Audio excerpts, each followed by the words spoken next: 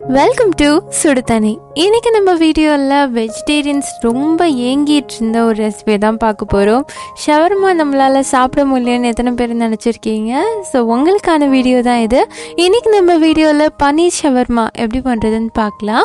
ரொம்பவே டேஸ்ட்டாக அந்த தந்தூரி ஃப்ளேவரோட செம்மையாக இருக்கும். இது ஸ்ட்ரீட் ஸ்டைலில் பக்காவாக நம்ம பண்ண போகிறோம். இதோட இன்க்ரீடியன்ஸை நான் டிஸ்கிரிப்ஷன் பாக்ஸில் கொடுக்குறேன்.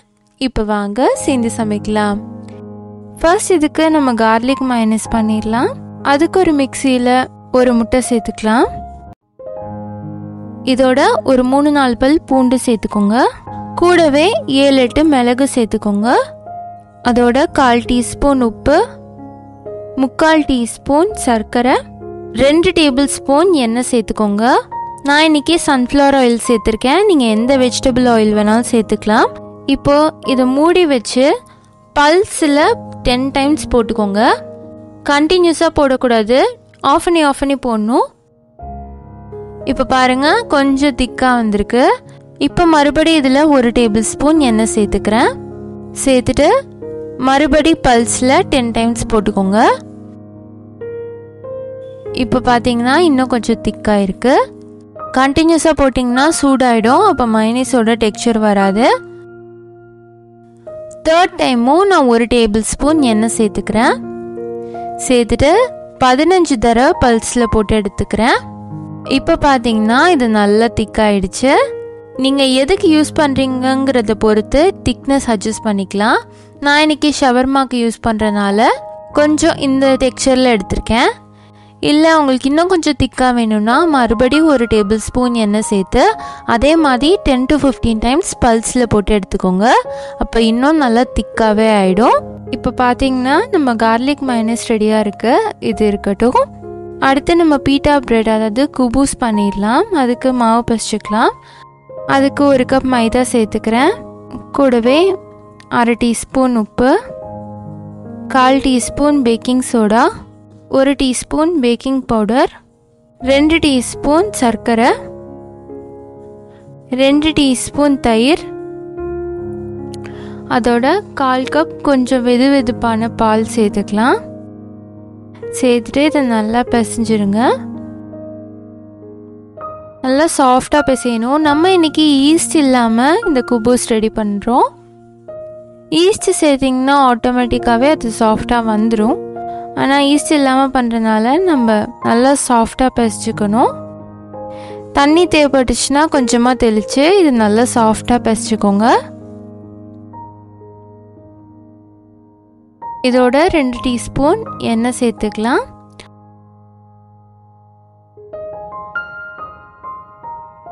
இந்த மாதிரி நல்லா சாஃப்டாக பிசைச்சதுக்கப்புறமா இதை மூடி ஒரு 1/2 மணி நேரம் ஊற வச்சிடலாம். இருக்கட்டும். அதுக்குள்ளே நம்ம பன்னீர் ரெடி பண்ணிட்டு வந்துடலாம். மாரினேஷனுக்காக first 1 teaspoon Kashmiri chilli powder சேர்த்துக்கிறேன். 1 டீஸ்பூன் மல்லித்தூள், 1/2 டீஸ்பூன் சீரகத்தூள், 3/4 டீஸ்பூன் கரம் மசாலா, 1/2 டீஸ்பூன் உப்பு, 2 டீஸ்பூன் பூண்டு விழுது. வெறும் பூண்டை அரைச்சி நான் சேர்த்துருக்கேன். நீங்கள் துருவி கூட சேர்த்துக்கலாம்.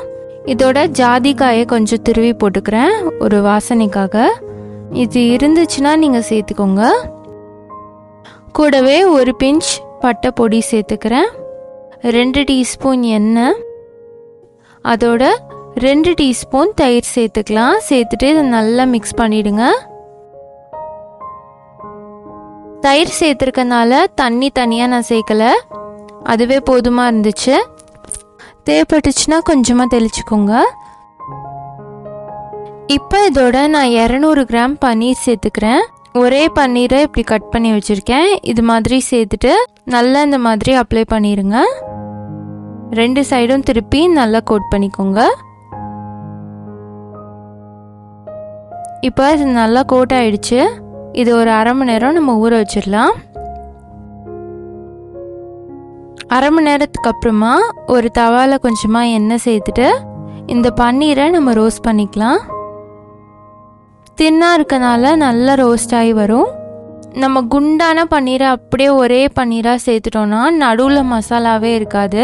கட் பண்ணும் போது வெறும் பன்னீர் கட் பண்ணியிருக்க மாதிரி தான் இருக்கும். நீங்கள் இந்த மாதிரி தின் ஸ்லைசஸாக கட் பண்ணிங்கன்னா உங்களுக்கு மேக்ஸிமம் எவ்வளோ கவர் ஆகுமோ அந்த அளவுக்கு மசாலா கவர் ஆகி நல்லா ரோஸ்ட் ஆகிருக்கும். 2 சைடும் திருப்பி போட்டு நல்லா ரோஸ்ட் பண்ணிக்கோங்க.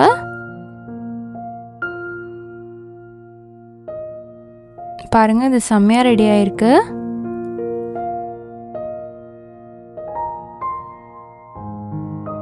நல்லா பன்னீர் இந்த மாதிரி ரோஸ்ட் ஆனதுக்கப்புறமா இதை டைரெக்டாக நம்ம அடுப்பில் ரோஸ்ட் பண்ணிக்கலாம். நம்ம நான்லாம் செய்கிற மாதிரி இதில் சுட்டு எடுத்துக்கலாம். அப்போ அந்த ஸ்மோக்கி ஃப்ளேவர் கிடைக்கும்.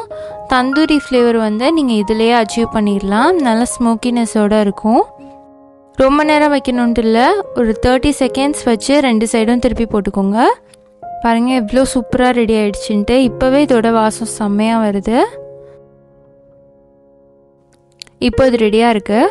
இது நல்லா நம்ம ரேண்டமாக கட் பண்ணிக்கலாம். கொத்து பரோட்டாலாம் பண்ணுற மாதிரி சாப் பண்ணிக்கோங்க. இந்த சாப் பண்ண பன்னீரை தான் நம்ம ஸ்டஃப் பண்ண போகிறோம். நம்ம பன்னீர் 3 பீஸாக இருக்குது. ஸோ எல்லாத்தையும் இந்த மாதிரி சாப் பண்ணிக்கலாம். பன்னீரை எல்லாம் இந்த மாதிரி சாப் பண்ணதுக்கப்புறமா இதோட கொஞ்சம் வெங்காயம், கொஞ்சம் முட்டைக்கோஸ் சேர்த்துக்கலாம். சேர்த்துட்டு அதோட சேர்த்து நல்லா சாப் பண்ணிடுங்க. ஸோ எல்லாம் ஒன்றா கலந்துரும். முடிஞ்ச அளவுக்கு குட்டி குட்டியாக சாப் பண்ணிக்கோங்க. இது மாதிரி சாப் பண்ணி ரெடியாக வச்சுக்கலாம். இப்போ நம்ம எல்லாமே ரெடி பண்ணிட்டோம். அடுத்து நம்ம குபூஸ் ரெடி பண்ணிடலாம். மாவு நல்லா சாஃப்டாக ரெடி ஆகி வந்துருச்சு. இதுலேருந்து ஒரு பீஸ் எடுத்து நான் ரோல் பண்ணிக்கிறேன்.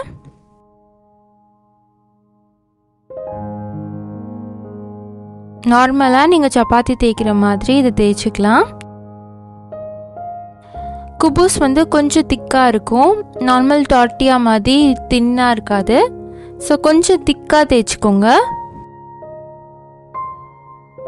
இந்த மாதிரி தேய்ச்சிட்டு எல்லா ஷவர்மாவும் ஒரே சைஸில் வேணும்னா நீங்கள் ஏதாவது ஒரு ஷேப்பை வச்சு கட் பண்ணிக்கலாம்.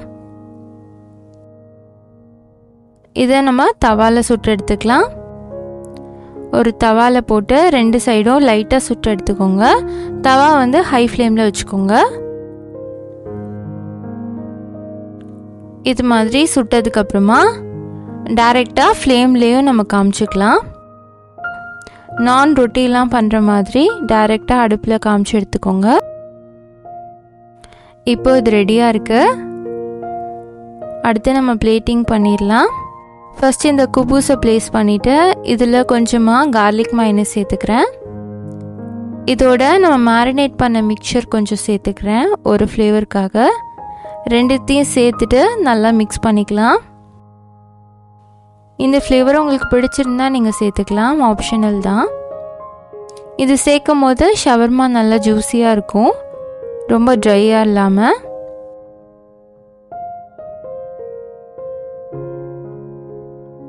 இது மேலே நம்ம கட் பண்ணி வச்சுருக்க பன்னீரை சேர்த்துடலாம்.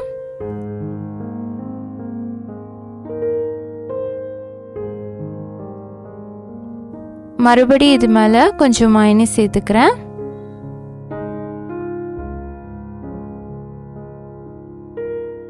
அவ்வளோதான். இதை நம்ம அப்படியே ரோல் பண்ணிடலாம். இதை ஏதாவது ரேப் இல்லாட்டி ஃபாயில் வச்சு ரேப் பண்ணிடுங்க. அவ்வளோதான், நம்மளோட பன்னீர் ஷவர்மா செம்மையாக ரெடி ஆகிடுச்சு. இனிமேல் வீட்டிலேயே நம்ம ஷவர்மா பண்ணி சாப்பிடலாம், குழந்தைங்களுக்கு கூட கொடுக்கலாம். ஏன்னா ரொம்ப ஹைஜீனிக்காக நம்ம பண்ணுவோம். ஸோ கண்டிப்பாக இந்த சூப்பர் டூப்பரான ரெசிபியை ட்ரை பண்ணி பார்த்துட்டு எப்படி இருந்துச்சு இதோட டேஸ்ட்டுன்னு சொல்லி எனக்கு கமெண்ட் பண்ணுங்கள்.